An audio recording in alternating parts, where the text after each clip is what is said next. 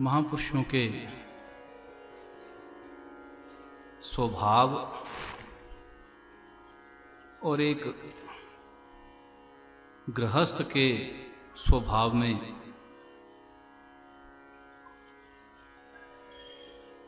सहज अंतर सदा से रहता आया। कैसा?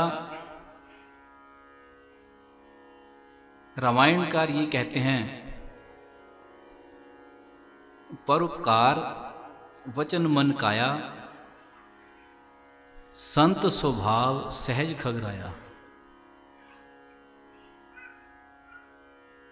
और जहां तक गृहस्थ सांसारिक व्यक्ति के स्वभाव का सवाल है, उसका वर्णन शब्दों में किया नहीं जा सकता, क्योंकि महापुरुषों को तो किसी दर्जे पर तुम बांध भी लो, पर संसारिक को क्या बांधोगे? पारे की भांति उसका स्वभाव इकट्ठा है तो बिल्कुल एकमेक, गिर गया तो पता नहीं कितना खिलर जाएगा, और इतना खिलरा कि फिर पूरे का पूरा इकट्ठा नहीं। ये फर्क है। इसीलिए सदग्रंथों ने महापुरुषों का जहां तक वर्णन किया, उसमें जो जो ऊंचाई, जो जो महिमा को सदग्रंथ छू सकते थे, उन्होंने छुआ। परंतु तुलसीदास जी ने महापुरुषों के साथ साथ एक बड़ी प्यारी वंदना करी, उसको मूर्ख वंदना भी कहते हैं। रामायण में, रामचरितमानस में ये चीज है कि वहां मूर्खों की भी वंदना करी गई। तुलसीदास कहते कि उनको भी प्रणाम है। पहले तो कहा कि भगवान शिव, पार्वती, वाल्मीकि जी और संतों, महापुरुषों, कईयों को प्रणाम किया, पर सबको कर करा के कहा, कहते मूर्खों को भी प्रणाम। क्यों? कहते मूर्ख आदमी जीवन में ये समझ ही नहीं पाता कि मुझे चाहिए क्या। मूर्ख आदमी के बारे में तुलसीदास जी जो जो वचन कहते हैं रामचरितमानस में, कभी उनको पढ़कर देखना तो लगेगा ये विषय हंसी का नहीं, बहुत गंभीरता की बात है। क्योंकि मूर्ख का सबसे बड़ा भ्रम क्या है कि मुझसे ज्यादा कोई बुद्धिमान नहीं। यह सबसे बड़ा भ्रम है कि मुझसे ज्यादा समझदार, मुझसे ज्यादा बुद्धिमान कोई है ही नहीं। छिपकली छत को चिपक जाए और चिल्लाए कि छत मैंने उठा रखी है, ये मूर्खों का भ्रम है। ऐसे ही व्यक्ति की वंदना करते हैं तुलसीदास। क्यों? कहते कि परमात्मा को ये भी स्वीकार है। ये कड़े कमाल की बात, परमात्मा को इनकी भी जरूरत है। धन्य है ये जीव। आम भाषा में हम मूर्ख कहते हैं जो हमें ना समझ सा दिखाई पड़े, अपनी धुन में रहने वाला हो, बहुत बोलने वाला हो। पर हे प्रेमी, मूर्ख केवल और केवल अनपढ़ नहीं, बहुत पढ़ा लिखा होकर भी मूर्ख होना, वो भी एक स्वभाव की बात है। ऐसे ऐसे भी मिल जाएंगे। मूर्ख का अर्थ मैं जो अपनी भाषा में समझा वो ये है जिसका चित्त खिल रहा हुआ है। मैं अपनी भाषा में ये समझता हूं। बुद्धिमान कौन? जो फोकस्ड है, जिसका चित्त एक ही दिशा में चला है, जो बहुमित्ता बहुकित्ता बहुचित्ता है, वो मूर्खों की कैटेगरी में ही है। मूर्ख का अर्थ भेजना कहीं और था, चल दिए कहीं और, पहुंचना कहीं और था, पहुंच गए कहीं और, आए थे हरि भजन को, ओटन लगे कपास। वो मूर्खता है।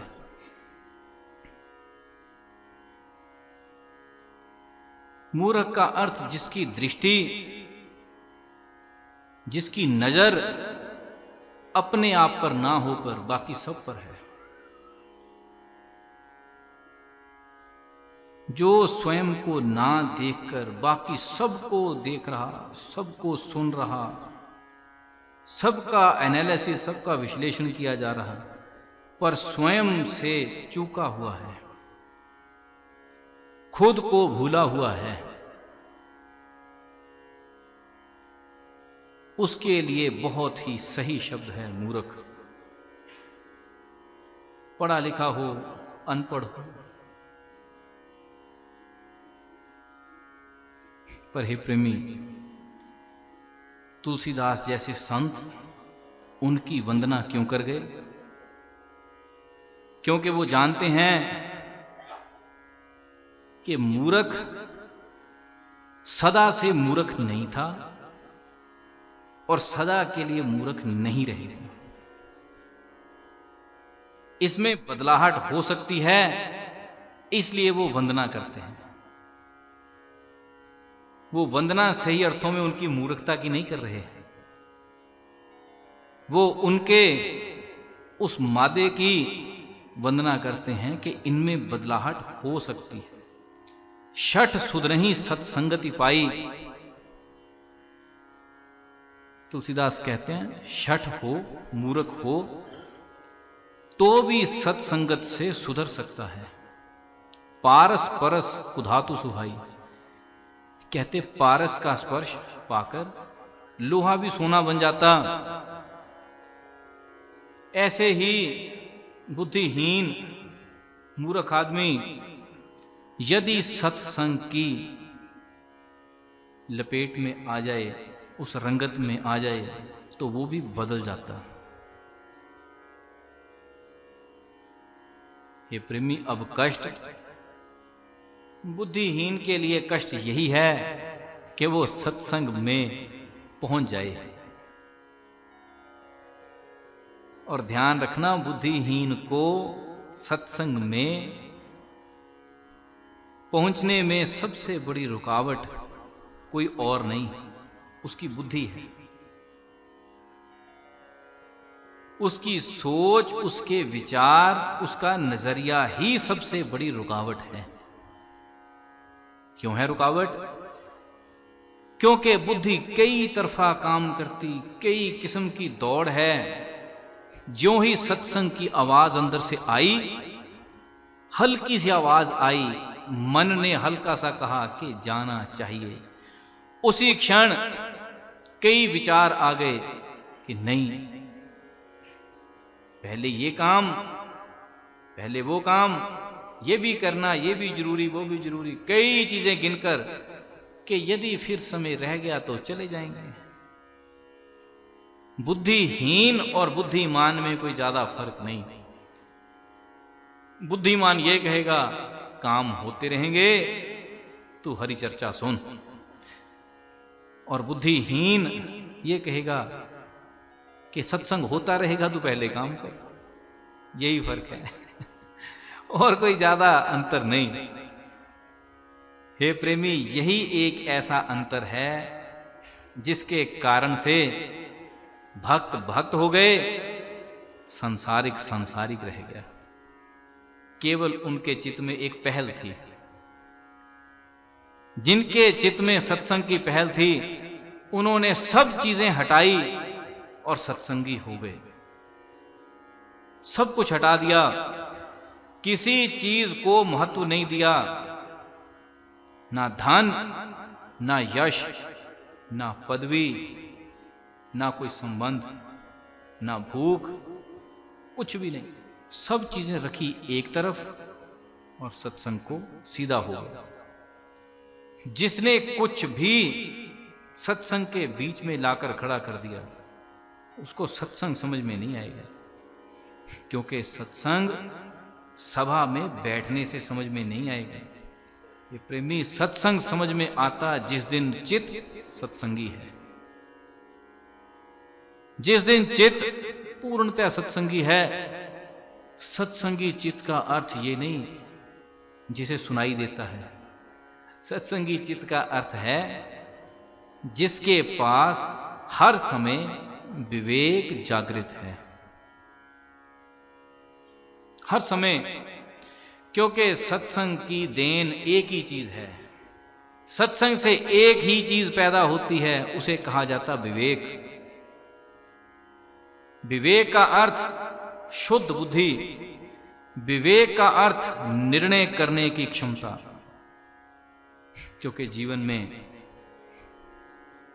यदि आप अपने जीवन में कभी झांक कर देखना, या संसार समाज को कभी पढ़कर देखो, तो एक चीज ही जीवन में पाओगे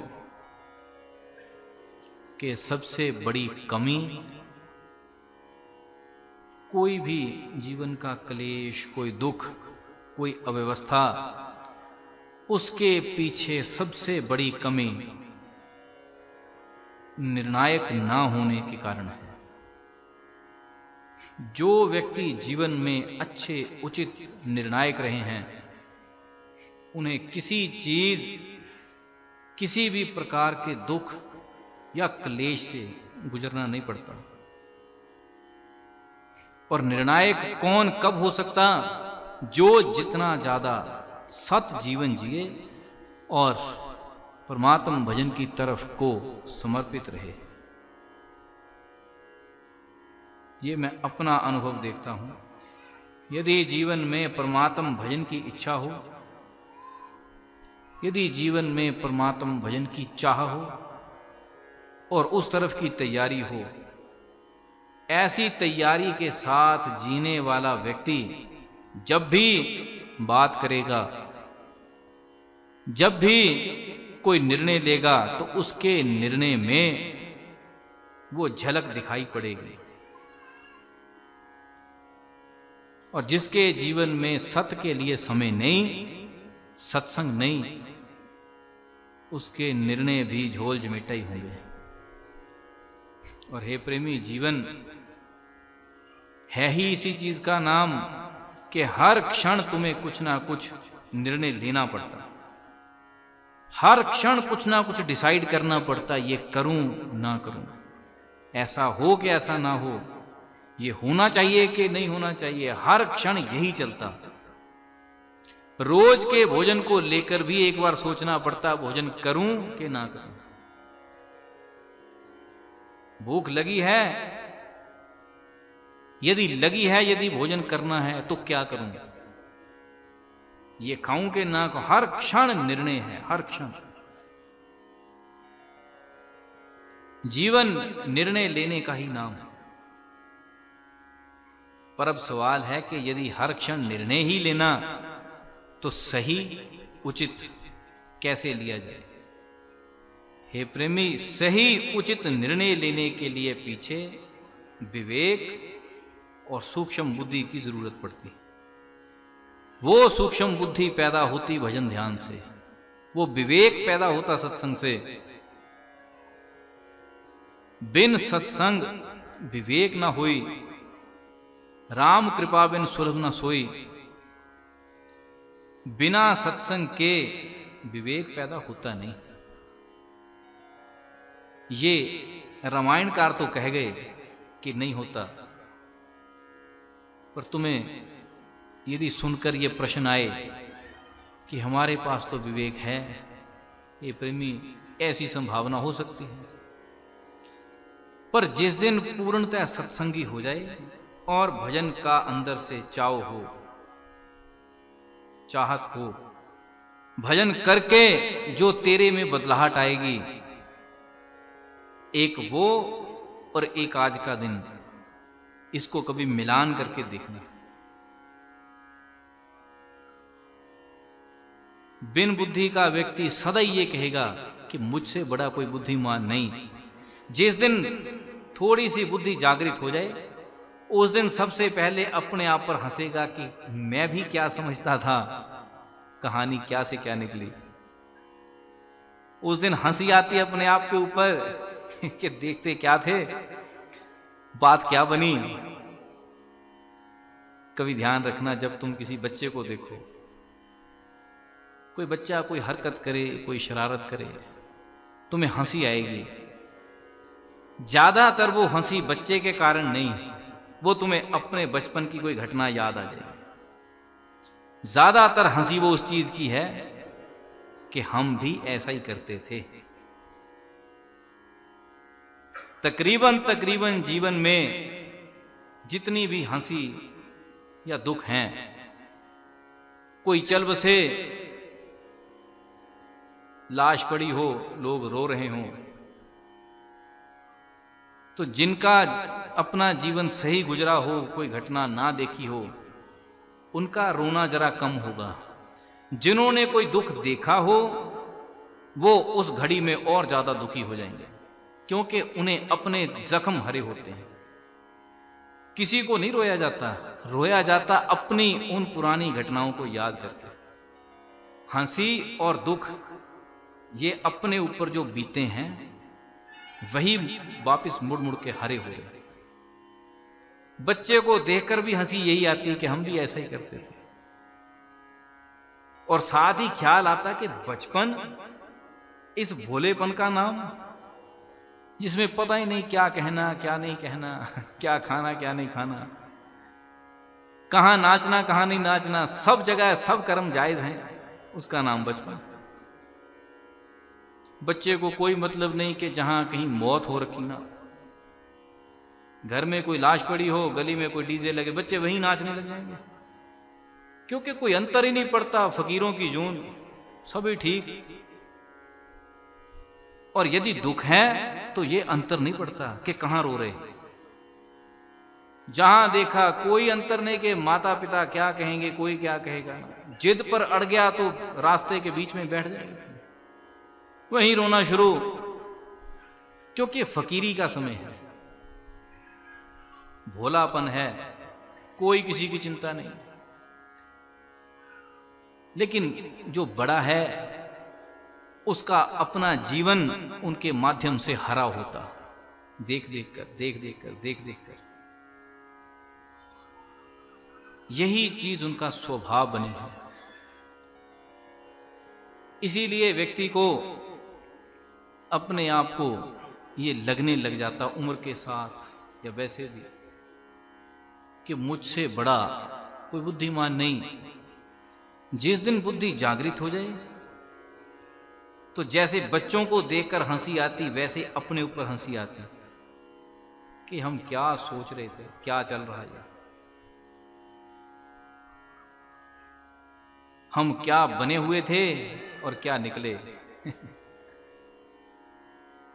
इसलिए एक वैज्ञानिक ने कहा था कि जब कोई विज्ञान के किसी एक पहलू को थोड़ा सा जान लेता है, तो उसकी अज्ञानता पहले से कई गुना बढ़ जाती है, क्योंकि नए नए प्रश्न पैदा हो जाते हैं जिनको अभी खोजा नहीं गया।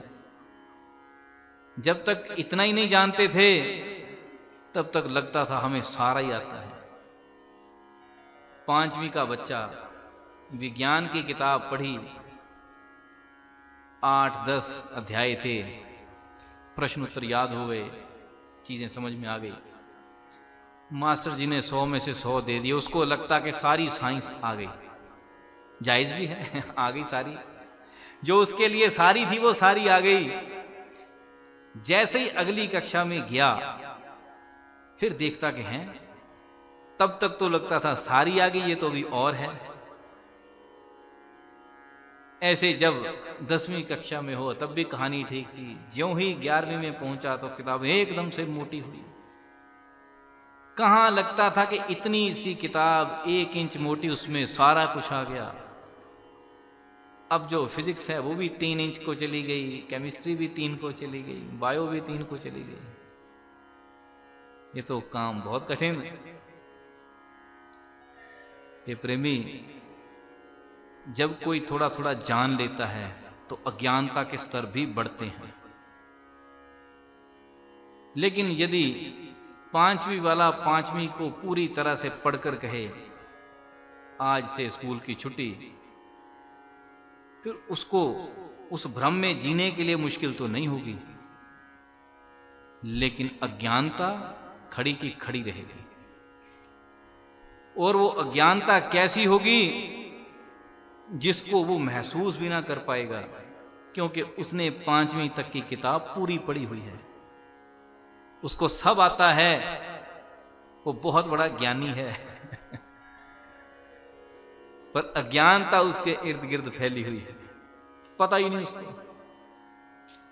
जिसने अज्ञानता को हटाने के लिए साहस किया वो जान पाएगा कि ज्ञान क्या है।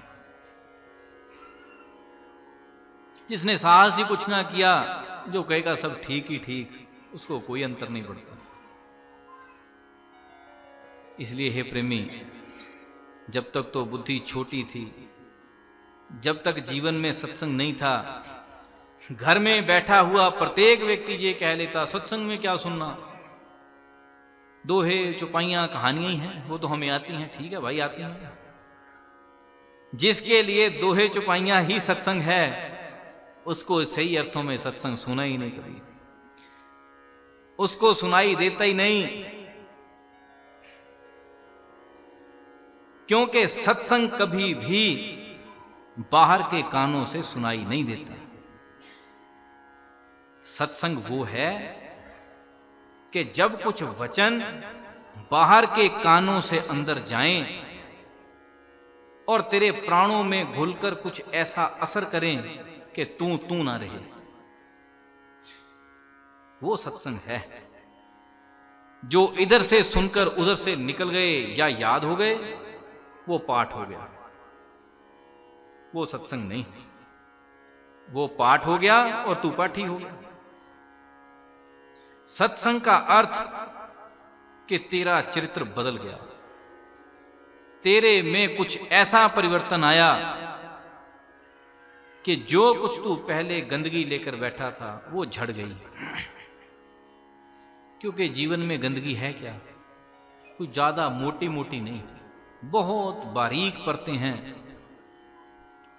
उनमें से एक परत जो सदैव काम करती, या कहें कि जिसके बिना जीना भी मुश्किल,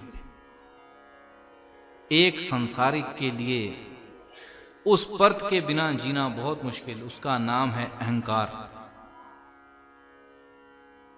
अहंकार एक ऐसी परत जो सदा से यह सिद्ध करने में लगी कि मैं जो कहूं उचित, मैं उचित, मैं सदा सर्वदा उचित। क्योंकि मैं को आधार देने के लिए जो जो कष्ट किए गए, जो जो कर्म किया गया, अहंकार को बनाए रखने के लिए जो कष्ट किया गया, वो जितने कष्ट थे उन सब ने अहंकार को बढ़ाया ही बढ़ाया। और जितना जितना ये बढ़ा, उतना उतना भजन की सत्ता गिरती चली गई, उतना उतना ध्यान के बादल छटते चले गए, उतना उतना अहंकार की गर्मी बढ़ती चली गई। और वो बढ़ती हुई गर्मी की तपश भी तुझे ही लगती है, हालांकि समझ में नहीं पड़ता फिर भी कि मैं दुखी क्यों, पर वो पीछे कारण वही ईगो, वही अहंकार। अहंकार का अर्थ होता कि अपने आप के आकार के लिए, अपनी सत्ता के लिए काम करना, उस आकार को बनाए रखने के लिए काम करना। हालांकि शास्त्रकार दूसरी तरफ से ये समझाते हैं कि महापुरुष परोपकारी हैं, महापुरुष यही परोपकार करते हैं कि तेरा अहंकार झड़े। पर वो तकरीबन बात ऐसी हो जाती जैसे बच्चे का कोई जख्म या कोई फोड़ा ऐसा हो जो पता भी है कि पक रहा पका हुआ, पर जब तक इसकी गंदगी ना निकले ये तंग करेगा। अब इस चीज को या तो मां जानती है या डॉक्टर जानता है, बच्चे को उस गंदगी से कोई लेना देना नहीं, उसका एक ही मतलब है दर्द, कि बस दर्द नहीं होना चाहिए। मां समझाती है शब्दों से कि इसको निकालने दे, सुखी हो जाएगा। बच्चा सुनता है, थोड़ा सा साहस करता है, पर ज्यों ही याद आता दर्द फिर नीचे आ जाता कि नहीं। मां डॉक्टर के पास ले गई, डॉक्टर ने समझाया कि हल्का सा कष्ट है, ठीक हो जाएगा। बच्चा सुनता है, लहर आती है, पर ज्यों ही दर्द की याद आई तो वो लहर ठंडी पड़ जाती। अंत में मां बच्चे के हाथ पांव पकड़ती है, डॉक्टर को कहती कर दे काम। जब डॉक्टर अपना काम करे तो बच्चे के पास उस डॉक्टर के लिए सबसे खास चीज निकलती है, गालियां। और कई बार जो ग्रामीण बच्चे हुआ करते थे वो तो कई कुछ गिन देते थे डॉक्टर का उसके मां भाई बहन सब रिश्ते गिन देने, पर डॉक्टर उस क्षण विचलित नहीं, स्थिर बुद्धि स्थित प्रज्ञ है कि बोले जा, बस अब जो करना वो करना ही है। जख्म साफ किया, बहुत दर्द हुई, चिल्लाए। गंदगी पुरानी थी, जख्म सूखते सूखते समय लेता है, पर वो गालियां उसी क्षण थी। ज्यों ही वहां से बाहर निकले ठंडक आनी शुरू हो गई। त्यों ही वो चरित्र भी याद आता है कि मैंने क्या बोला। कुछ कुछ को वो याद भी नहीं रहता, क्योंकि दर्द की एक खासियत है। दर्द एक वो विषय है कि तुम्हें यदि बहुत ही ज्यादा दर्द हो जाए तो बुद्धि कुछ क्षण के लिए अपने द्वार बंद कर देती। इसीलिए दुख के समय में बहुत दुखी, बहुत दर्द, बहुत क्रोध, ये जो गर्मी के जितने विषय हैं, ऐसे समय में तुम कुछ बोलो, कुछ खाओ, कुछ करो, तुम्हें याद नहीं रहेगा। और अक्सर ये होता है, और ये दौरा इतना तेज होता कि कुछ लोग इनमें बेहोश भी हो जाते हैं। बहुत दर्द हो, बेहोशी आ जाएगी। बहुत क्रोध हो जाए, बेहोशी आ जाएगी, क्योंकि ये गर्मी का विषय है। बुद्धि इतनी हीट हो जाती कि सब सिस्टम ट्रिप हो जाता स्विच बंद हो जाते, लाइट चले जाती थोड़ी देर के लिए, ठंडा पानी छींटे मारे, ठंडक दी, हवा करी तो आंख खुलती है, क्योंकि सिस्टम शटडाउन हो गया था और दोबारा जागा। तो पेन तुम अपने आप से किसी को भी बाहर ले जाती, दर्द तुम्हें अपने आप से कोसों दूर ले जाती। जब दर्द थोड़ी घटी तो चेतना लौटती है। ऐसे ही क्रोध जब घटेगा तो चेतना लौटेगी। लेकिन यदि बच्चा बेहोश ना भी हो, बहुत तीखे दर्द को सहन कर गया, बाद में थोड़ा सुख अनुभव होना शुरू हुआ। जितना जितना ठंडक, जितना जितना सुखी होता गया, उतना उतना विचार आते हैं कि हां, क्या कहा, क्यों कहा, कहना चाहिए था कि नहीं। पर दर्द के समय में ये चीजें नहीं। मां उस चीज को जानती है कि ये कहेगा, डॉक्टर जानता है कि ये कहेगा, पर दोनों को उसके शब्दों से कोई इतना लेन देन नहीं, क्योंकि पता है इस समय इसके लिए जरूरी है। और यदि वही चीज बच्चे का रोज का अभ्यास बन जाए, घर में खाते पीते सोते उठते बैठते माता पिता को सबको वही चौपाइयां सुनाए तो तुम्हें भी क्रोध आएगा। इसलिए हे प्रेमी, उस दर्द की अवस्था को मां केवल ये देखकर सहन करती है कि ये शब्द इसके नहीं, ये शब्द इसके नहीं, ये ठीक, पर यही शब्द इसके अहंकार का कारण ना बन जाएं, यही शब्द इसकी सत्ता ना बन जाएं कि डॉक्टर ने तो सुन लिया, अब किसी को भी सुनाए जाओ सब सुनेंगे। मां उस तरफ से भी बचाती है। ये प्रेमी, ये रोग, अहंकार का रोग ऐसा जिसमें तुम्हें कभी ये दिखाई ही ना पड़ेगा कि तुम में कुछ दोष भी है, कभी दिखाई नहीं पड़ता। क्योंकि अहंकार का दोष क्या है, ये अहंकार से बाहर जाकर दिखाई पड़ेगा। अहंकार के दोष को देखना करीब करीब ऐसा है, तुम्हें कोई कहे कि अपनी आंखों से अपने सर के पीछे के बाल देख कि जड़ें कैसी हैं, करीब करीब ऐसी घटना है, दिखाई नहीं पड़े। मुझ में मेरे लिए क्या गलत है, इसको देखने के लिए अपनी मैं से बाहर जाना पड़ता। ज्यों ही बाहर गए त्यों ही अपना आपा भी फिर बाकी भी जो जो गलत है वो दिखाई देने लगता। पर जब तक उस मैं के किसी भी कर्म को सही साबित किए जा रहा, दबाए जा रहा कि बस ठीक ही है, ये हालत ऐसी हो गई जैसे बच्चा अपने जख्म को, अपने फोड़े में भरी हुई पस को मां कहे कि ठीक करवाना, बच्चा वहां से भाग जाए, खिसक जाए। उस जख्म, उस फोड़े के ऊपर हाथ रखा, खिसक लिया। मां कहे ठीक करवाना, बच्चा कहे नहीं, ऐसे ही चलेगा। ए प्रेमी, अपनी गंदगी से प्रेम है तो रख, वही चीज दुख का कारण बनती है। और ये फोड़े जीवन में, ये जख्म जीवन में होते कब हैं? जब जीवन में हमारी बुद्धि सत्व से हटकर निर्णय लेती है। जीवन का कोई भी क्लेश सत्व से हटी हुई बुद्धि क्लेश का कारण बनती है।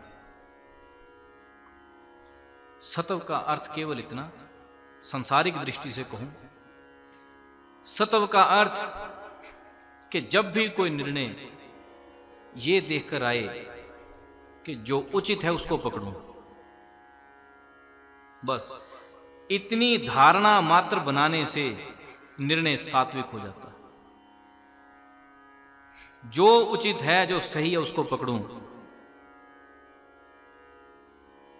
जैसे एक जज थे,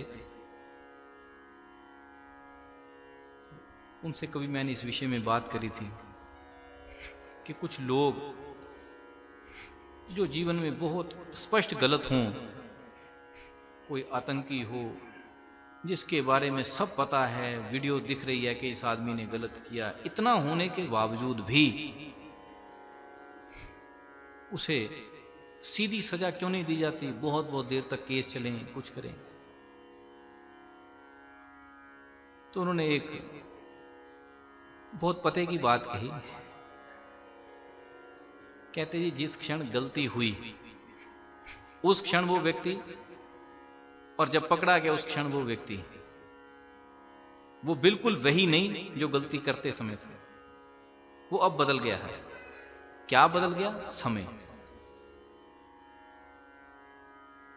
तो उन्होंने बताया, कहते जी, मेरी जजमेंट का आधार ये रहता है कि पहली चीज समय बदला, दूसरी चीज जिसने गलती करी थी और जो आज पकड़ा गया, जिसको सजा होनी है, इन दोनों को ही उतनी ही सजा मिले जितनी गलती करी है। हालांकि व्यक्ति एक है, पर वो कहते हैं इनको दो करके देखा जाता है। तीसरी चीज कि न्याय का अधिकार सबको है, इसके साथ भी अन्याय ना हो, चाहे ट्रायल कितना लंबा चले। कोई एक गलत व्यक्ति, 100 ठीक आदमी है या 100 गलत हैं, वो छूट जाएं कोई बात नहीं, कोई नाजायज किसी कारण से रगड़े में ना आ जाए। तो कहते इतना प्रमाणित किया जाता, इतना प्रमाणित किया जाता, जब पूर्णतः प्रमाणित हो गया कि यही है, और एक स्थिति ऐसी आ जाए, एक नौबत ऐसी आ जाए कि उसको कहना पड़े कि मैं ही गलत हूं, तब कहते उसको कहा जाता कि तेरे लिए सजा ये है। हे प्रेमी, फर्क इतना है, बाहर गलती किसी ने करी तो पकड़ेगा कोई, सजा कोई देगा। जब भीतर का सवाल आता है, रोग इकट्ठे भी तूने किए, इसकी छटाई भी तूने ही करनी, क्योंकि वहां कोई जज नहीं, कोई नहीं बैठा तेरे इस कंधे उस कंधे पर, ना ना ना, ये तूने ही करना, क्योंकि तूने हाथों से गांठें दी, अब दांतों से खोल। कर्म का विश्लेषण ये है। या दूसरी स्थिति में ये कह ले कि तू इतना ज्यादा सात्विक, इतना सत्वमय हो जा कि कर्म तुझे लपेट ना सके, या फिर ऐसे हो जा, यह भी सरल है। इसकी सरलता यह है कि जब जीवन में कुछ ना रहे तो गुरबाणीकार एक मार्ग देते हैं, सीधा सरल मार्ग, मांदा तोखा ताल है जे अर्ज करी अरदास। जब कुछ नहीं रह गया, हे गुरु महाराज अब तू, तो फिर ये है, क्योंकि बहुत कुछ प्रयासों से गुरु महाराज के आश्रित होकर चलना जरा आसान है, पर मार्ग दो हैं, या तो कर्मों को बुद्धि से कर, या कर्मों के लिपटावे में आने से बच। भगवान गीता में कहते हैं कि हे अर्जुन, जन्म तेरा भी है, जन्म मेरा भी है, तू प्रकृति के अधीन जन्म लेता है, मैं प्रकृति को अधीन करके जन्म लेता हूं। यदि बंधने के दो मार्ग हैं तो छूटने के भी दो ही हैं। या तो कर्मों को बड़ी सावधानी से कर ले, निर्णय, हर निर्णय बड़ी सतव बुद्धि से ले ले तो निकल जा, तो भी ठीक नहीं है तो कर्मों को अधीन कर ले। और हे प्रेमी, कर्म बिना परमात्म भजन के, बिना ध्यान के अधीन नहीं होते, और कर्मों को अधीन करना भी शायद एक जंग रहेगी जीवन में। सरल मार्ग यही है, जैसे गुरु महाराज कहा करते थे, कहते ना इधर की सोच ना उधर की सोच, तू बीच का मार्ग ले, सुमिरन कर, हर काम को परमात्मा का सुमिरन करते करते कर जा। सिट्टा क्या निकलेगा कि तेरा जीवन और तेरी आंखें इतनी खुल जाएंगी, निगाह इतनी खुल जाएगी कि फिर अंतर नहीं पड़ेगा क्या गलत है क्या ठीक है। फिर मिट्टी में हाथ चला गया तो सोना है, अर्थात तू संतुष्ट है, तुझे ये फर्क ही नहीं पड़ रहा कि इधर दो ज्यादा कि उधर ज्यादा। ये प्रेमी, जिन्होंने अपने जीवन की सारी शक्ति अपने आप को सही करने में लगा दी, वो एक अलग किस्म की जंग में है। जो सोचे मैं कर्मों को अधीन कर लूं, वो एक अलग किस्म की जंग में है। मस्त रह गया कबीर साहिब जैसा व्यक्ति, जो कहता कि सुमिरन करते करते करते करते चले जा, जो आता जाएगा सब ठीक ही ठीक है। गुरु महाराज कहा करते थे कि सुमिरन वो अग्नि है जिसमें सब कर्म स्वाहा, जो आ गया खत्म, जो आ गया खत्म। क्योंकि बहुत बुद्धिमान होकर चलें तब भी खतरा है कि उसी के अहंकार के लपेटे में ना आ जाएं। यदि बहुत ज्ञानी बनने की चेष्टा करें तो वही चीज कहीं लपेट ना ले, पता लगे कि काम खराब हो गया। इसलिए सस्ता सरल सहज मार्ग क्या है? भगवान गीता में अर्जुन को देते हैं, तुझे गुरु महाराज ने बहुत बार दे लिया कि निरंतर स्मरण कर और युद्ध भी लड़। किसी बहकावे में, किसी चीज में ज्यादा उलझने की जरूरत नहीं। निरंतर स्मरण कर, जैसे चल रहा चलने दे, कोई क्या कर रहा है इसको मत देख, तू सुमिरन में रह। कभी कभी तुझे ऐसे भ्रम पैदा होंगे कि मैं तो सुमिरन में रहूं, मैं तो फिर भी दुखी, पड़ोसी कुछ नहीं करता वो भी सुखी। कोई बात नहीं। हे प्रेमी, किसी को मत देख, क्योंकि जब तुम किसी को देखते हो तो तुम सिर्फ उसके सुखों को देखते हो, उसके कष्ट को नहीं देखते। जब ये कहोगे कि पड़ोसी बहुत कुछ भी करता दिखाई नहीं पड़ता तो सुखी है, ये प्रेमी, तुम्हें दिखाई नहीं पड़ता इसका मतलब कि करता नहीं। तुझे दिखाई नहीं पड़ता ये क्या है? बैठे बिठाए सुख किसी को भी नहीं। प्रत्येक व्यक्ति को कुछ ना कुछ करना पड़ रहा। और जो लोग अपने कर्म में जुटे हुए डटे हुए हैं वो संसारिक सुख पैदा करते ही हैं, कोई बड़ी बात नहीं। तू भी कर ले, ये तो कष्ट है। तू कहे कि मेरी दुकान पर दिन में कमाई कम है तो रात को भी खोल ले, हो सकता तुझे ज्यादा हो जाए। तुझे सुख चाहिए, कष्ट कर ले। लेकिन हे प्रेमी, ध्यान रखना, कमाई शायद हो जाएगी पर 2-3 महीने में पागल भी हो जाएगा, क्योंकि नींद का हिस्सा छीनकर धन को दिया। धन बढ़ा, नींद बिल्कुल घट गई। उसको पूरा करने के लिए गोलियां लगाई गई, उन गोलियों ने किडनियां खाली कर दी। फिर धीरे धीरे जो इधर धन बढ़ा था वो किडनी पर भी लगेगा, फिर वो किसी और अंग पर भी लगेगा। कमाई जा, खर्चे जा, बस ये गोल चक्कर ही जीवन है। इसलिए ज्यादा भाग दौड़ नहीं।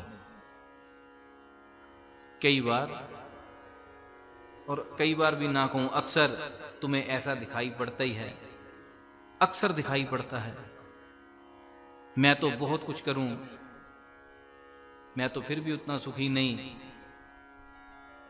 फलां व्यक्ति करता ही कुछ नहीं, उसके पास बहुत कुछ है। हे प्रेमी, तू किसी को भी देख, ठीक है, देखे जा, दुखी हो सुखी हो देखे जा, पर कभी किसी ऐसे व्यक्ति की मिसाल लेकर आया कि वो तो बहुत भजन करता है, मैं भी करूं। एक आदमी की कभी मिसाल लाया? कभी? तू जब भी लाएगा, किसकी लाएगा? उसके पास इतना पैसा, वो इतना सुखी, उसके पास इतने जहाज, उसके पास इतना ये इतना वो। तू कभी ये लाया कि जी फलां आदमी 2 घंटे बैठता, मैं भी शुरू करूं? मुझे नहीं लगता कभी गलती करी होगी, और करेगा भी नहीं, ये भी पक्का है। क्यों? क्योंकि तू सुख कैसा चाहता है? तू सुख ऐसा चाहता है कि आज ही सरकार तुझे कहे कि भाई हमारे लिए तू ही भारत रत्न है, ये बैठ, तेरे घर तक एक पक्की सड़क, 4 नौकर, 5 एसी, 10 बेडरूम तुझे आज ही दिए जाते हैं, और तूने करना कुछ नहीं, महीने का 2 लाख तुझे ऐसे ही गिरेगा, बस ये चाहता है। अब ये दे कौन? जिनके तू नाम लेता कि वो सुखी वो सुखी, उन सब ने कुछ ना कुछ कर रखा है। जैसे एक व्यक्ति था, जब 47 के बाद बंटवारा हुआ, लोग आए, कुछ चले गए कुछ आ गए, तो उस व्यक्ति का पीछे भी मीट का ही कारोबार था, तो वो उन्हीं नौकरों को, लड़कों को साथ ले आए, इधर आकर भी वही कारोबार शुरू किया। तो जो उन्होंने कारोबार किया, जहां उनका घर था पास में ही कोई और किसी प्रेमी का घर था, ये दिल्ली की बात। अब मीट का कारोबार ऐसा, चाहे देश बटे हो कुछ बटा हो, स्वाद तो स्वाद है भाई, कहां जाए। वो पहले दिन से ही काम चालू उनका। तो देखते ही देखते वो जो प्रेमी था उनका तो कारोबार काम बहुत छोटा, इन्होंने घर खरीद लिया और जगह खरीद ली कई कुछ। तो वो प्रेमी आकर गुरु महाराज को कहे, कहता ये तो हम तो इतना सही ढंग का कारोबार करते हैं, हमारी कोई इतनी तरक्की नहीं, ये तो रोज मुर्गे काटता है, इसने तो कोठियां खरीद ली। गुरु महाराज कहते तू भी काट, जा मुर्गे काट, कहते तू भी कोठियां बना। कहता जी नहीं मुझे तो घिन आती है। कहते फिर जो है उसमें जी, चुपचाप जिए जा। कहते बच्चों इंसान अपनी प्रकृति से बाहर नहीं जा सकता। हम कह लेते हैं कि वो ऐसे करता है, तू कर सकता है, करता कर ले। कोई कहता फलां आदमी ये करता है, वो ये गलत काम करता है, तू भी कर ले, पर तेरे से होगा नहीं। गलत काम करने वाले एक को देखकर 100 जागते हैं, 100 के 100 को पुलिस पकड़ती है, एक फिर भी रह जाता है। क्यों? उसकी प्रकृति है, उसको यह भी पता है कि गलत धंधा ईमानदारी से कैसे करना, ये प्रकृति है। वो बुद्धि उसमें परमात्मा ने डाल रखी है, तेरे में नहीं है। तुझे देखकर थोड़ी सी आग लगी, जब 2 डंडे पड़े बुझ गई। एक पहलवान था, वो था शायद पटना का, बिहार का रहने वाला। उसका नियम क्या था कि पहाड़ी थी गांव में, रोज उस पहाड़ी पर सुबह चढ़ना, दूध पीकर फिर उतरना, 3 चक्कर सुबह 3 शाम को, 5-5 किलो दूध पीकर लगाने, फिर पहलवानी करनी। अब कोई पढ़ाई लिखाई नहीं, कुछ नहीं, थोड़ा बहुत जो पढ़ लिया बस 1-2 क्लास, बाकी यही काम। आगे चलकर बदमाश बन गया, बदमाश बन गया, लोगों से कब्जा छुड़वाने दिलाने, ऐसे और कई धंधे। उसको देखकर कई बदमाश बने, कामयाब एक ना हुआ, सब सुधर गए। आज थोड़ी सी आग लगी, बदमाशी की जगी, पहलवानी करी, 2-3 को पीटा, चौथे दिन पुलिस ने ऐसा सीधा किया, उतर गई बदमाशी। किसी कांड में कुछ सालों बाद यह भी पकड़ा गया।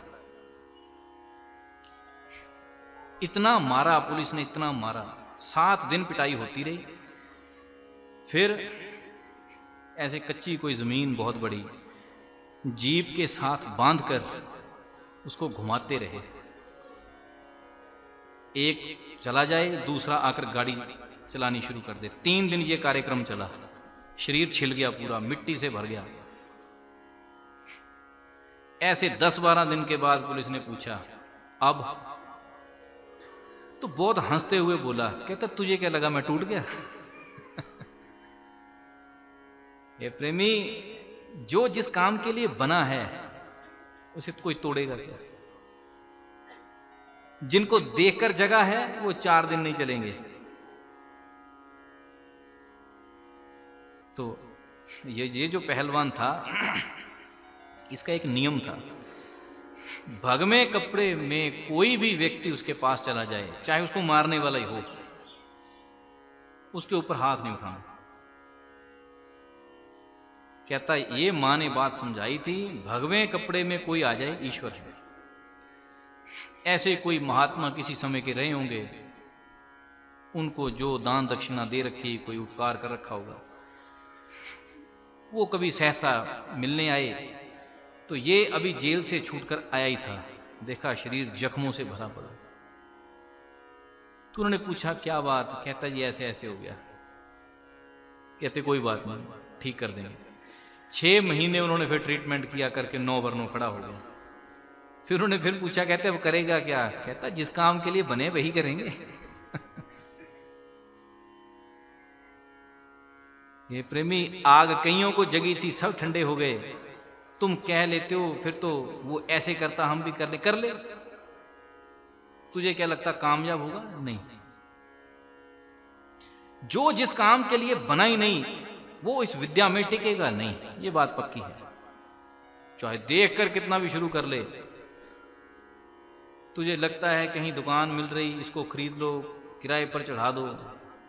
यदि तेरी बदकिस्मती होगी सब दुकानें किराए पर चढ़ेंगी, वो नहीं चढ़ेगी क्योंकि तू उस काम के लिए बना ही नहीं। इसलिए किसी को देखकर मत जाग, अंदर से जाग। उसकी सुन जो परमात्मा ने तुझ में डालकर भेजा। इनसे मत सुन, क्योंकि इनसे सुना हुआ तकरीबन झूठ होता। जो अंदर से बोलता उसकी सुन, वो तुझे देना चाहता। सत्संग के विषय में भी अंदर की सुन। वो प्रेमी ये कहता है, उसने ऐसे कह दिया, वैसे कह दिया। वो तो गुरु महाराज को सुनने आया कि सबको सुनने आया? तुझे क्या लेना कोई क्या कहता तुझे क्या लेना कोई क्या कह रहा, कैसा कह रहा, किसको कह रहा। एक गुरु महाराज की सुन। गुरवाणीकार बहुत प्यारे शब्द कहते हैं, जिन जन गुरु की सिख सुन। गुरु महाराज की तो सुनी ना और कईयों की सुन ली और सबकी सुन ली, कईयों की भी नहीं, सबकी सुनता रहा। और गुरु महाराज की जब सुनने का सवाल आया तो जो कईयों की सुनी थी वो गुरु महाराज पर लाकर डाल दी। जैसे मुझे याद है एक समय कहीं सत्संग हुआ, गुरु महाराज किसी प्रश्न का जवाब दे रहे थे। एक प्रेमी था, वो कहे, वो जी फलां संत तो ऐसा कहते हैं, गीता में तो ऐसा लिखा है, फिर उसमें तो ऐसा है। गुरु महाराज कहते जो मैंने बताया ये समझ में आ गया? कहता जी हाँ। कहते क्या समझ में आया? कहता जी आपने ये कहा कि रोज 1 घंटा बैठो तो चलकर समझ में आएगा। कहते तुझे सबकी समझ में आ गई, ये नहीं समझ में आई? क्योंकि जिस चीज का हल भजन पर बैठकर मिले, हम वो हल भी शास्त्रों से चाहते हैं। फटाफट पढ़ लूं मुझे मिल जाए। हे प्रेमी, तजर्बा इतना आसान नहीं। तुझे क्या लगता कि तू ग्रंथ पढ़े और अनुभूति तेरी महापुरुषों जैसी हो जाए? नहीं। महापुरुषों जैसा सुख, उनके जैसा अनुभव चाहिए तो बैठक भी वैसी दे। तजर्बा चाहता उनके जैसा, कष्ट ना सहन करे तू एक रत्ती भर भी, बात कैसे बनेगी? भोजन तुझे तीनों समय प्रात भर के चाहिए, तुझे कहा जाए बैठक के लिए तो तुझे नींद आ जाए। प्रेमी कुछ तो कष्ट सहन कर। मैं ये नहीं कहता कि भूखे मरो ना, भूखमरी से परमात्मा नहीं मिलता। भूखमरी परमात्मा का विषय नहीं, नंग धड़ंगपन परमात्मा का विषय नहीं। परमात्म प्राप्ति का अर्थ है सहज जीवन जी और अपने एक एक श्वास को सुमिरन में दे, बस। पर सुमिरन तो कर। तू बिना सुमिरन के, या चाहे कभी पूछ लो कितनी देर की बैठक के लगा लेते हैं 5-7 मिनट, बाजी बा। इतना रहम भी परमात्मा पर क्यों करना? बहुत ज्यादा है 5-7 मिनट। जैसे एक रोगी दवाई लेने आया, मैंने उसको बताया प्राणायाम। जब अगली बार आया पूछा कितनी देर किया, मैंने बताया था 1/4 घंटा। कहता अभी थोड़ा ही होता है। मुझे लगा कि चल आधा घंटा करता होगा। मैंने कहा कितना? कहता 2 मिनट कपालभाति, 3 मिनट अनुलोम विलोम। ओ तेरी! मैंने कहा देखना कहीं अकाल मृत्यु को प्राप्त ना हो जाए, मत कर मत कर प्यारे, ऐसे ही जी ले। 2 मिनट कपालभाति, बल्ले बल्ले बल्ले, शाबाश। और 3 मिनट अनुलोम विलोम, 3 मिनट। कहां कहां से परमात्मा ने बना बनाकर भेजे हैं। किस मिट्टी के बने माधो, उसको लगता कि इस 5 मिनट में मैंने पता नहीं कौन सी सृष्टि पलट दी। भजन में भी यही मानसिकता काम करती है। यह हरामीपन है वैसे। सूरदास जैसे भक्त ने, संत ने कहा, मौसम कौन कुटिल खल कामी, जाही दियो तन ताही भुलायो, ऐसो नमक हरामी। कहते प्रभु मेरे जैसा हरामी कौन, तूने तन दिया और मैंने तुझे भुला दिया, तूने ही प्राण दिए, तूने ही शरीर की चलाई मानता खड़ी करी और तुझे भुला दिया। वो तो संत थे, अपने आप को कह गए, ये जो 5 मिनट वाले हैं, इनको लगता हमने पता नहीं कौन सी सृष्टि पलट दी। और ऐसे 5 मिनट रोज लगाते हैं।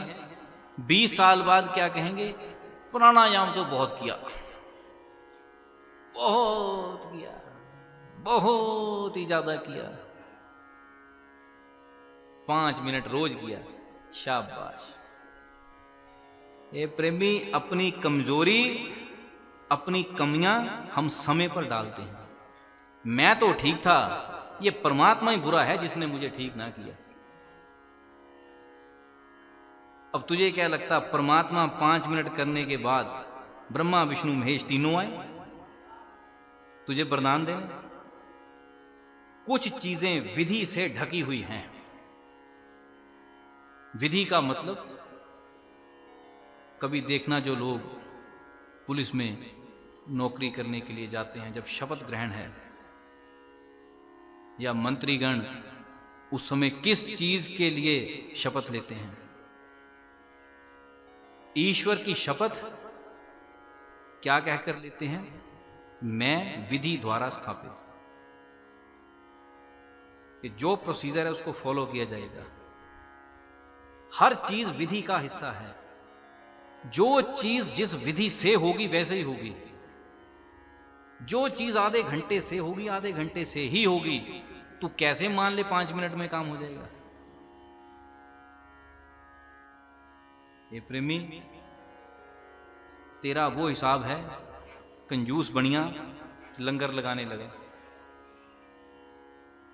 अब लंगर क्या था? शबील थी। मन में आ गया कि सबको गर्मी बहुत लगती है, चलो बांट दिया जाए। अब बढ़िया तो बढ़िया। तो जो 1-2 मित्र थे उनसे पूछा, कहता कि गर्मी बहुत है, शबील लगानी। कहते ठीक लगाते हैं। किसकी लगानी? कहता गर्मी बहुत है, बर्फ तो जरूर डालनी। ठीक है, कहते डालनी, जरूर डालनी। और कहते चीनी पड़ेगी। कहता हाँ चीनी भी डालनी। तो जब डालने का सवाल आया, लगे शुरू करने, तो चीनी आधी कम कर दी। कहता कहीं शुगर ना कर दे। बर्फ आधी तोड़कर साइड रख दी। कहता ठंडक इतनी बहुत है कहीं गला ना बैठ जाए। जब वो आधे आधे को भी डालने लगे, कहता 1 मिनट, बिना मीठे के काम चल जाएगा, ठंडा होना चाहिए बस। फिर उन्होंने बर्फ बीच में गिरा दी, वो बर्फ भी निकलवा ली। वो कहते ये क्या? कहता उल्टा हाथ लगाकर देख, ठंडा तो है पानी। कहते हैं, कहता बांट दो बस। ऐसे ऐसे प्राणायाम, ऐसे ऐसे आसन, ऐसे ऐसे योगी, और ढूंढते हैं समाधि कहां लगेगी। ये प्रेमी, जितना गुड़ डाले उतना मीठा। तू चिंता मत कर, शुगर हो जाएगी, कर ले कर ले, क्योंकि बिना किए, बिना विधि के द्वारा बीच में से निकले बात नहीं बनती। महापुरुषों को यहां से कुछ ढीलापन नहीं था। जो सारे सदग्रंथों में कहा बैठक, बैठ बैठ बैठ, क्यों कहा सुन? ये प्रेमी, जीवन के अनमोल तजर्बे थे। और दूसरी चीज याद रखना, ग्रंथों में लिखा बहुत कुछ है, तजर्बा उन्होंने ग्रंथों में नहीं लिखा, क्योंकि लिखा जा नहीं सकता। ऐसा नहीं कि महापुरुष देना नहीं चाहते थे, देना चाहते थे, पर लिखकर बात नहीं बनेगी। वो बात बन ही नहीं सकती। वो क्या कुछ लिख दें, तजर्बा लिखने में नहीं आएगा। पुराने समय में जो पकवान बनते थे, जो आप लोगों ने खाए हों, आप उसके बारे में आज कुछ भी लिख दो, आपके बच्चों को समझ में नहीं आएगा वो पकवान क्या था। जिसने बनाकर खा लिया वो भी कहेगा हां हमने खाया है। तजर्बा अनुभूति का हिस्सा है, ये अनुभव का पाठ है, लिखे हुए का काम नहीं। जैसे मैं बच्चों के विषय में बात कर रहा था, बच्चे बैठे थे, माता पिता थे, तो मैंने वैसे ही कह दिया, मैंने कहा इन बच्चों को भी इतना पता नहीं कि पुराने अध्यापक कैसे मारते थे। तो छोटा सा बच्चा कहता है हाँ अध्यापक नहीं मारते, टीचर नहीं मारते कभी। मैंने कहा तुम्हें पता नहीं है टीचर क्या क्या करते थे क्योंकि तुम्हें वो व्यवस्था मिली नहीं, तुम्हें वो व्यवस्था मिली नहीं। तुम्हें तो ये व्यवस्था मिली है कि बच्चे को छूना भी ध्यान से। अध्यापक के लिए बच्चे 2:30-3 बजे तक उनके अपने बच्चे हैं। तुम्हें यह व्यवस्था नहीं मिली कि गुरु क्या होता है। पर वो बच्चा जायज है, उसने कभी देखा ही नहीं टीचर कहते किसको हैं, कभी हाथ में उंगलियों में पेंसिल, कभी डंडे, सर्दियों के दिन आ जाए हाथ पर गर्मियां आ जाए तो बिना देखे जहां लगे। पर जिन्होंने वो कष्ट सहन किए उनके लिए पढ़ाई उंगलियों पर नाचती थी। ये फर्क है। आज इस समय शिक्षा को लेकर एक बहुत जबरदस्त ट्रेंड है। धीरे धीरे मैथ्स में, गणित में वैदिक गणित का जोर चलता रहा कि हाथ के ऊपर उंगलियों पर गिनती कैसे करनी। अभी छोटी छोटी ऑनलाइन क्लासेस चलने लग पड़ी। ये कंसेप्ट सारा गुरुकुल का है। गुरुकुल में और कराते क्या थे, यही चीजें थी। हाथ का ही कैलकुलेटर है, हाथ पर ही गिनती है, सब कुछ हाथ पर। इस चीज को जर्मन ने और कुछ देशों ने बहुत अच्छे से सीखा।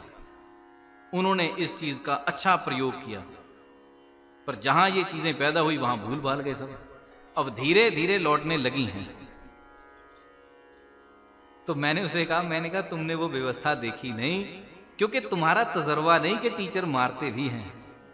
तुम्हें तो केवल दलिया खिलाने वाले मिले भाई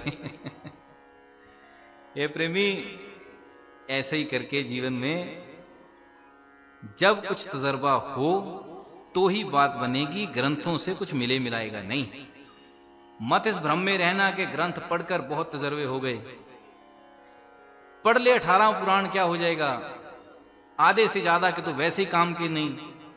क्योंकि कोई घुड़साल की रखवाली, घोड़े कैसे रखने, हाथी बीमार ना हो जाएं, कुछ तो युद्ध के ऊपर लिखे हुए हैं, कुछ और चीजों के ऊपर भी हैं। सब में ज्ञान का पाठ जरूर है, ये बात पक्की है, लेकिन ज्यादातर एक विषय को लेकर चलने वाले सदग्रंथ हैं।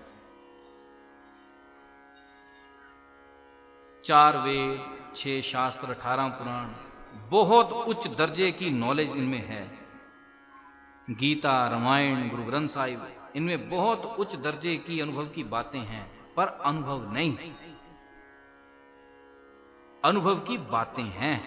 जिस दिन तेरा अनुभव हो गया उस दिन ये तेरे साथ एक भाषा में बात करेंगे।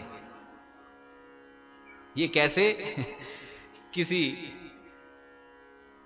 लड़के की आयु रही होगी लगभग 20 साल, जब उपदेश की बारी आई तो मैंने उसको सुंदर गुटका उसके हाथ में दिया, दोहा था उसमें पढ़ाया।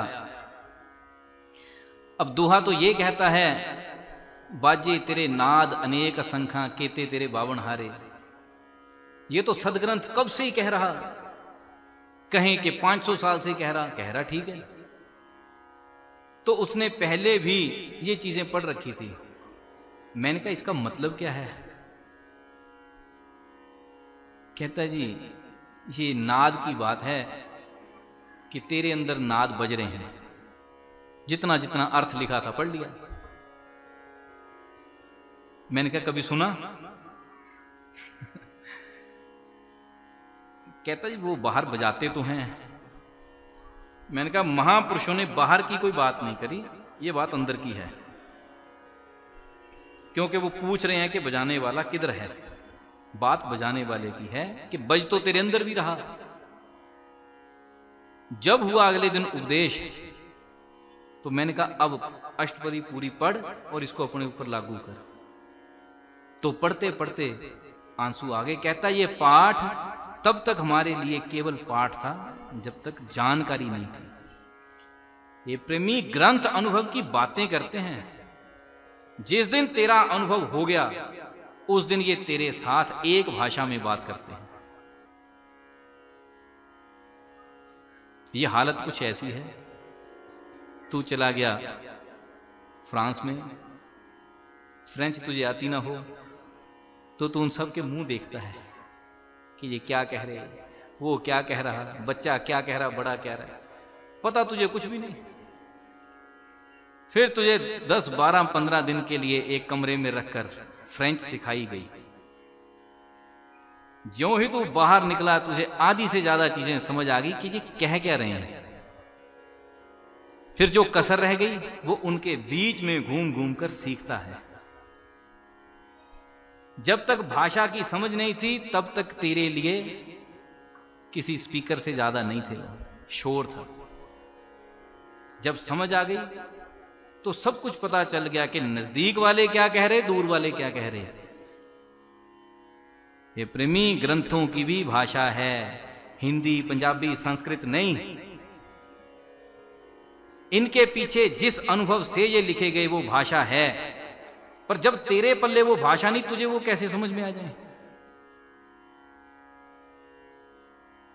यदि कहो फिर भी हम पढ़ते हैं तो तेरा पढ़ना एक पेंटर की तरह ही है। वो पेंटर कैसा जैसे एक पेंटर को कहा गया कि जम्मू कश्मीर से बसें आती हैं, उनके ऊपर दोहे लिखने उर्दू भाषा में। कहता ठीक है। उसको पूछा तुझे उर्दू आती है? कहता नहीं। फिर लिखने कैसे? कहता कागज पर आप लिख दो, मैं वैसी पेंटिंग कर दूंगा। और कमाल की बात, उर्दू लिखी जाती दाएं से बाएं, उसने बाएं से दाएं उर्दू लिख दी। क्योंकि जैसे उसको लिखकर दिए गए बिल्कुल हूबहू इधर से लिखना शुरू किया। ये प्रेमी जब तक अनुभव नहीं तब तक पेंटर है, तब तक लालो डांसर ही है बने बनाएगा कुछ नहीं। तब तक तेरी उर्दू भी बाएं से दाएं चलेगी, क्योंकि जब अनुभव से लेना देना ही कुछ नहीं, फिर तो तू इधर से पढ़ के उधर से पढ़, क्या फर्क पड़ेगा। कहता जी भाषा नहीं आती, ना कभी लिखा, आप बनाकर दो हम लिख देंगे। लिखने वाले ने बनाया दाएं से बाएं, वो बाएं से दाएं को लिख रहा। अब जो जानकार थे ये पास, अरे कहते नहीं ऐसे, वो कहता रुक तो जाओ, तुम्हें अक्षर सही मिलेंगे, बीच में नहीं बोलना, बस बनाकर दे दिए। क्या फर्क पड़ता भाषा से, उसने तो पेंटिंग ही करनी। ऐसे क्या फर्क पड़ता अनुभव से, रट्टे ही लगाने। वो गीता के ना लगे ग्रंथ साहिब से लग जाएं, वहां के ना लगे जिंदावस्था से लग जाएं, कहीं से लग जाएं। घोटेबाज तो घोटेबाज है, उसको कोई फर्क नहीं पड़ता। और घोटेबाज को जल्दी प्रश्न भी नहीं आता कि जो कुछ मैं पढ़ रहा हूं ये है क्या। आम गृहस्थी को प्रश्न आ भी जाता, घोटेबाज को नहीं प्रश्न आएगा, क्योंकि उसको लगता कि सब कुछ तो मैं ही उल्टी कर रहा हूं, ये सब मेरा ही तो है। इतनी रामायण तुलसीदास जी को भी अपनी अनुभव ना हुई होगी जितनी रामायणी को हो गई। उसको लगता तुलसीदास तो लिखते थे, हम तो गा भी लेते हैं, चाहे कोई सुने ना सुने। इसलिए हे प्रेमी, जीवन में पेंटर मत बन, कॉपीबाज नहीं, टोपीबाज नहीं। अनुभव रख, थोड़ा सा रख, चाहे 15 मिनट 20 मिनट बहुत है। क्योंकि अनुभूति का जो है वो मेरा है। किसी चीज को सीना ठोकर कहा जा सकता ये मेरा है। ग्रंथ पढ़ने वाला पढ़ रहा, वचन तेरे कानों में गए तो ठोकर कह सकता ये मेरा है, क्योंकि तुझे मिला हुआ है। जब तक वो तेरा अनुभव का हिस्सा ही नहीं तब तक तू कर क्या रहा। जो चीज तेरे अनुभव का हिस्सा नहीं वो तेरी नहीं, तब तक वो सब भूत भगाऊ मंत्र हैं, किसी काम के नहीं। इसलिए बजाय समय खराब करने के, बजाय छोटी छोटी चीजों में उलझने के, परमात्मा पद पकड़ बना। अपनी एकाग्रता, अपनी स्थिरता, अपने आसन की सिद्धि रख। ज्यादा नहीं बैठा जाता, 5 मिनट से शुरू कर, 10 मिनट पर आ जा, 15 पर आ जा, कुछ बढ़ा। 5 मिनट के प्राणायाम करके बाबा रामदेव मत बन। बहुत कर लिया, कितना 5 मिनट इतना प्राणायाम कर लिया, बल्ले। ये तो वो हिसाब हो गया, कहीं 6 मिनट कर लेता तो किडनियां मुंह से बाहर आ जाती ए प्रेमी, जैसे अपने जीवन से मजाक करता तू, ऐसे ही अपने आप से भी एक मजाक करता। परमात्म भजन से खिलवाड़, आलस, ये अपने आप से मजाक है। धोखा किसी को नहीं दे रहा, तू बड़ी ईमानदारी पूर्वक खुद को ही धोखा दे रहा। ये मत समझना मुझे किसी ने कहा था, मैंने नहीं किया। नहीं किया मत कर, किसी का क्या ले लेगा। यदि नहीं किया कोई नुकसान नहीं, किसी का कुछ नहीं, जाएगा तेरा। और तेरा भी कुछ खास नहीं जाएगा, दो ही चीजें जाएंगी, एक सेहत, एक समय। सेहत का भी नुकसान वो नहीं जितना समय का है, क्योंकि जो चला गया वो लौटेगा नहीं भजन करने का जो समय निकल गया वो कहां लौटेगा। और वो भरपाई पैसा देकर नहीं होती। मत सोच लेना तेरे हिस्से का कोई भजन कर दे, कोई नहीं कर सकता, तेरा तूने ही करना। इसलिए आज मन मार के सुमिरन में डट। बहुत मन के ड्रामे, बहाने, कारण हो सकते, बहुत किस्म की गरीबी अमीरी हो सकती, पर याद रखना चाहत होगी तो रास्ता खुला ही रहेगा, कोई रोकता नहीं। जब चाहत ही ना हो तो बहुत बहाने आ जाते हैं बीच में। फिर कभी सर दर्द भी हो जाता है, कभी गाड़ी नहीं मिलती, गाड़ी छूट जाती है, ये कारण, कभी वो कारण, कभी बारिश पड़ गई, कभी धूप लग गई। ये सब कारण उसी के हैं जिसके अंदर बहानेबाजी है। जिसको बहानेबाजी कोई नहीं, वो सब कुछ सहन करता हुआ भी गुरु महाराज के एक वचन पर खड़ा है। क्या? सत्संग का दिन छूटे नहीं, भजन की आदत टूटे नहीं। सत्संग का दिन छूटे नहीं, कुछ कारण हो जाए, हां मर जाए जायज है, छूट जाएगा। जिस दिन मर गया उस दिन कहेंगे छूट गया, पर वो कैसा छूटा कि सदा के लिए मिल गया। क्योंकि अंत मता सुगता, जिस स्थिति में प्राण जाएं उस स्थिति की प्राप्ति। यदि प्राण जाएं बच्चों को, घर को और रिश्ते को लेकर रोते रोते हाय हाय करते, तो वहीं का बसेरा। प्राण जाएं सबसे निर्लेप एक गुरु महाराज के चरणों में, तो वहां का बसेरा। ये तो तेरे ऊपर है, तूने जाना किधर है, ये तेरे ऊपर है। ये प्रेमी, अपनी गाड़ी का मालिक तू, ड्राइवर तू, गाड़ी किधर को भी मोड़, जिधर को चाहे मोड़ ले, किसी ने नहीं रोकना। ना ये सोचना कि कोई तुझे बहका सकता है। बुद्धिहीन व्यक्ति को सबसे बड़ी रुकावट उसकी बुद्धि है, कोई नहीं। तू मन बना कि भजन पर बैठना ही बैठना है, हिम्मत किसी में रोकने की, फिर कोई फर्क नहीं पड़ता कौन बीच में आ गया। मन में श्रद्धा हो, व्यक्ति सबको एक तरफ कर देता, और जिनको किया होता वो लौटते हैं, यदि तू सही है। इसलिए भजन कर। भजन इसलिए नहीं करना 5 मिनट कर लिया, उठकर चल दिए, फिर आकर 2 मिनट बैठे। हे प्रेमी, जितना ज्यादा तेरे में मूवमेंट रहेगी, हरकत रहेगी, जितना तोड़ तोड़ कर करेगा उतनी समझ नहीं आएगी। स्थिरता, जबरदस्त स्थिरता रख, भजन कर। बोल श्री सद्गुरु